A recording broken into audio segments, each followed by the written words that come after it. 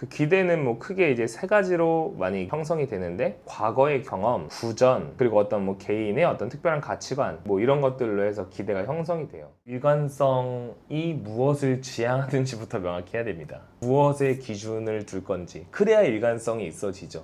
그래서 그거부터 미션이 계속 나오는 거예요. 서비스 일관성이 왜 중요할까요? 서비스 일관성이 왜 중요할까? 그 일관성이라는 것부터 이제 좀 명확히 정의를 해야 될 것 같은데, 그 한 매장 내에서의 직원들 간의 일관성이 있을 거고, 혹은 시계열적인 인간성이 또 있을 거예요. 과거와 전과 미래가 이제 같을 거라는 일관성. 근데 그 둘 다 통제하기가 너무 어려워요. 네, 그거는 실제 그 품질공학에서도 굉장히 이제 어떤 개념으로 다뤄냈었던 것 같은데, 제가 다음에 그 부분은 저도 좀 더 개념을 명확히 해서 좀 더 이론적으로도 한번 풀어내 보는 걸로 하고, 네, 하여튼 왜 일관된 서비스 품질을 제공하는 게 중요하냐, 우선 그것부터 정의를 하고, 그럼 일관성을 어떻게 만들지에 대해서 얘기를 해보는 게 좋겠죠. 일관성이 왜 중요한지에 대해서부터 얘기를 하고, 네. 이거는 좀 명료합니다. 옛날 콘텐츠에서 얘기를 했지만, 서비스는 결국 그 기대에서 얼마나 인지된 품질을 고객한테 느끼게 하느냐에 결국 그 갭의 싸움이에요. 근데 중요한 건 이게 그 고객의 기대라는 게 이제 형성이 되어 있다라는 거죠. 네, 고객의 기대라는 게 형성이 됩니다. 그 기대는 뭐 크게 이제 세 가지로 많이 형성이 되는데, 과거의 경험, 구전, 그리고 어떤 뭐 개인의 어떤 특별한 가치관, 뭐 이런 것들로 해서 기대가 형성이 돼요. 그럼 여기서 과거의 경험이 있잖아요. 과거의 경험. 내가 일전에 이제 여기서 어떤 서비스를 받았는데, 여기 이번에 좀 뭐 달라졌어요. 뭐 예를 들어서 뭐 여기 과거에 내가 좋아했던 메뉴가 있었는데 이제 갑자기 사라졌다. 혹은 뭐 과거에는 뭐 이렇게 어떤 친절한 직원들이 있었는데 지금은 또 뭐 없어졌다.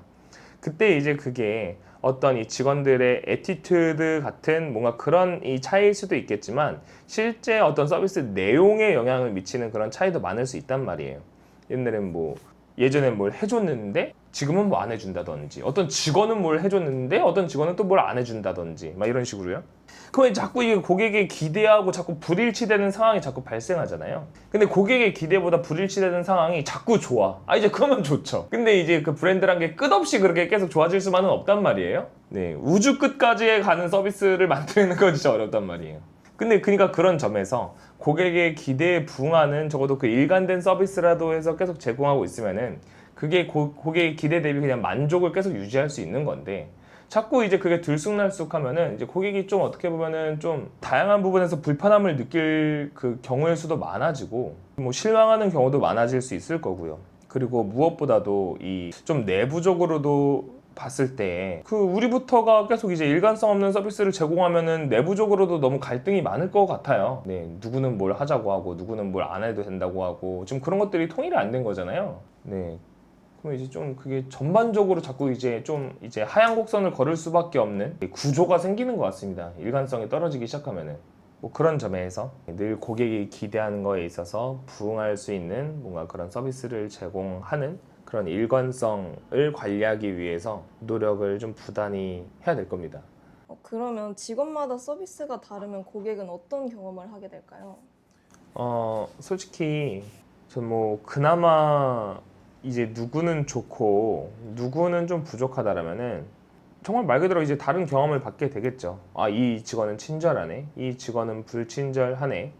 근데 이제 거기서 좀 더 이제 막 되게 이제 분석적 사고가 있으신 분들은 매장 관리가 잘 안 되네, 막 이렇게까지도 이제 생각을 넘어가시겠지만, 대부분은 그렇게까지 가진 않는 것 같고, 우리 일반적인 그 경우를 본다라면은 그냥 저 직원 참 친절하다, 저 직원은 불친절하다, 솔직히 이 정도 생각으로 해서 좀 그나마 중화되는 것 같아요. 근데 예를 들어 다 불친절해, 다 불친절하면 여긴 저 불친절한 매장이 되지만, 그게 이제 직원마다 그래도 이제 다른 이제 그런 이제 어느 정도의 그 편차가 있는 정도 상황인 거라면은, 그냥 이제 어떤 이 브랜드의 이 총체적인 그 개념으로서 그 직원 한 명 한 명의 이미지를 흡수하기보다도 그냥 이 직원은 저렇고 이 직원은 이렇구나 정도로 해서 생각이 주로 멈추는 것 같아요. 이제 다 불친절하면 문제가 되죠. 그러면 반대로 서비스가 일정하면 고객은 뭘 느끼게 될까요? 어, 서비스가 일정했을 때 뭐 고객이 뭐 더 좋다라고까지 할 건 없지만, 적어도 이제 불만족이나 문제가 사라지는 거죠. 네, 문제가 사라지는 거죠. 예전에는 이랬는데 갑자기 이러네 하면서 뭐 그런 당혹스러움 혹은 뭐 실망감, 뭐 다양한 부분들이 없어질 수는 있는 거죠. 네. 혹은 뭐 편안함까지도 느낄 수 있을 것 같아요. 나는 늘 여기서 단순히 고객이 예를 들어 음식을 먹으러 가도 그 맛을 기대하고 이제 가는 것도 있겠지만 결국은 그 매장 전반적으로 해서 느낀 본인의 그 느낌을 느끼러 가고 싶은 거일 거란 말이에요. 그러니까 이제 그 느낌을 늘 그렇게 느낄 수 있는 뭔가 그런 장소가 되는 거. 네, 그게 이제 굉장히 중요한 것 같아요. 우리가 예를 들어 집을 들어가는데 집이 늘 어느 날은 지옥 같고 어느 날은 천국 같다라면은 집에 들어가고 싶지 않을 거란 말이에요. 집에 들어갈 때마다 무서울 거예요. 네, 늘 이제 계신 뭐 부모님 혹은 아버지 혹은 뭐 형제가 이제 어느 날은 늘 불꽃처럼 이제 뜨거워져 있고 어느 날은 이제 그렇다면은 늘 들어갈 때마다 긴장될 거잖아요. 네, 뭐 좀 그런 느낌에 가까울 것 같아요. 그 서비스의 일관성을 유지하기, 통제하기 어렵다고 하셨는데 어떻게 하면 일관성을 만들 수 있을지도. 그 산포, 흔히 말하는 산포를 관리한다라고 얘기를 하는데요.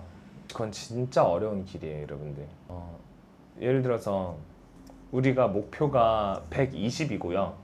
아까 그 고객 경험의 수준으로 얘기한다면은 우리가 고객 경험의 수준을 120으로 설정했어요. 근데 이제 어떤 뭐 직원들에 따라서나 혹은 뭐 어떤 뭐 경우에 따라서나 뭐 다양한 것들에 인해서 발생하는 그 산포가 평균이 120인데 80에서부터 뭐 한 뭐 160 정도까지의 어떤 이 산포가 있는 어떤 팀이 있고 혹은 서비스가 100인데 95에서부터 105인 팀이 있을 거예요. 지금 평균이 100인 팀은 이제 산포가 굉장히 적은 거죠. 네, 산포가 굉장히 적은 겁니다. 네, 그래서 여기는 산포가 이렇게 100에 있지만 아까 120이지만 80부터 160이 되는 이렇게 있는 거죠. 그랬을 때 어디가 더 우수한 팀이라고 혹시 생각이 되세요? 저는 95에서 105. 그 이유는 뭘까요? 편차가 큰 것보다는 좀 작은 게 좋지 않을까? 그렇죠. 아까 일관성이 중요하다라는 이유에 대해서 이제 얘기를 했었잖아요. 그런 부분에서 이제 산포가 적은 게 살짝 평균은 낮더라도 이제 굉장히 관리를 우수하게 잘하는 곳이다라고 얘기를 할 수 있는데요. 왜냐하면 우선 그 산포를 관리하는 게 이제 매우 어려워요, 사실상. 특히나 이제 서비스처럼 주로 이제 인적 요소로서 관리를 해야 되는 곳 특성상 네, 쉽지가 않습니다. 그래서 우선 그때 제일 먼저 해야 되는 거는 솔직히 매뉴얼 작성인 것 같아요. 네, 지금 사람 한 명 한 명이 이제 이렇게 눈으로 볼 수 없는 그런 응대 상황을 만들어낸단 말이에요. 관리할 수 없어요. 보이지도 않고 그렇다고 해서 모든 매니저가 거기 옆에 붙어가지고 직원들 옆에 다 붙어가지고 이제 관리할 수도 없을 문제고요.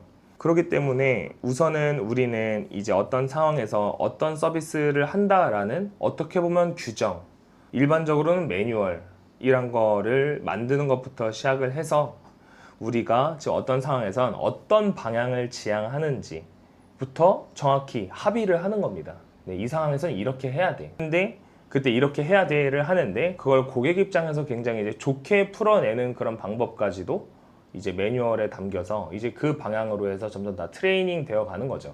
네, 그래서 이제 매뉴얼은 어떻게 보면은 시작점이기도 하지만 지향점이기도 한데, 네, 뭐 그런 부분에서 매뉴얼을 명확히 본인들의 어떤 이 다양한 상황에서의 가치관을 녹여내서 작성하는 것부터 시작해야 된다고 생각을 합니다. 네, 문서화. 네, 문서화. 우리 결국 이제 서비스의 일관성을 높이기 위해서는요, 일관성이 무엇을 지향하는지부터 명확히 해야 됩니다. 무엇의 기준을 둘 건지. 그래야 일관성이 있어지죠. 그래서 그거부터 미션이 계속 나오는 거예요. 네, 우리가 어떤 서비스를 할 것이다 라고 해서 명확히 정하고 각각의 고객 여정에서 이 여정에선 어떤 느낌을 주는 걸로 해서 합의하자. 이 여정에선 이 단계에선 어떤 느낌을 주는 걸로 합의하자 라고 해서 그렇게 기준을 잡아놓고 그 기준을 달성할 수 있는 뭔가 이 세부적인 매뉴얼들 단위까지 대해서 쭉쭉쭉 만들어가는 그런 여정이 필요할 거예요. 네. 그런 과정에서 계속 무언가 우리 어떤 상황에서 어떻게 하자라고 하는 그런 과정 속에서 자연스럽게 문화란 게 형성될 겁니다. 근데 우선 그 문화부터가 이제 고객 지향적이지가 않으면 그 모든 여정에 다 실패해요. 혹은 문화, 고객한테 뭐를 좋게 하자라는 그런 문화, 우리 고객한테 좋은 브랜드가 되자라는 문화가 있어도 고객과 상호작용에 대한 감각이 없으면 또 그 여정이 또 다 무너집니다. 뭐 그런 점에서 뭐 처음에는 하여튼 결국은 부족할 수는 있겠지만 뭐 감각이 좀 떨어지는 그런 이제 상황으로 만들어낼 수도 있고 혹은 뭐 이제 그런 것들을 뭐 세부적으로 계획하고 실행해 나가는 거에 있어서 뭐 부족할 수는 있겠지만 우선은 그런 기준부터 정해 가는 게 중요합니다. 네. 여러분들 다 이제 그렇게 서비스 진행하시면서 너무 바쁘고 신경 쓸 것도 많고 힘들 거예요. 하지만 할 건 좀 해야 됩니다. 네. 우선 러프하게라도 정말 A4 한 장에 모든 매뉴얼을 다 담아낸다라고 생각을 하더라도 우선은 그런 거 하나라도 딱 만들어 놓는 게 중요합니다. 그렇게 해서 하나 만들어 놓잖아요. 그러면은 세월이 거듭되어 갈수록 자연스럽게 계속 살이 조금씩 붙어요. 근데 지금 뼈대도 없으면은 지금 계속 어떻게 보면 그 브랜드의 성장이 그 어디에도 녹아나지 않게 됩니다. 네. 그래서 우선 뭐 당장 지금이라도 어떻게 보면 포스트잇 정도의 정말 이제 짧은 그 작은 그 용지에라도 우린 뭐 어떤 서비스를 할 거고 우리 어떤 단계에선 좀 어떤 식으로 해보자 라고 하는 게 좋을 것 같습니다. 그때 한 가지 팁으로는 여정 단계에서 목표를 잡을 때 늘 고객이 들어가면 좋아요. 고객.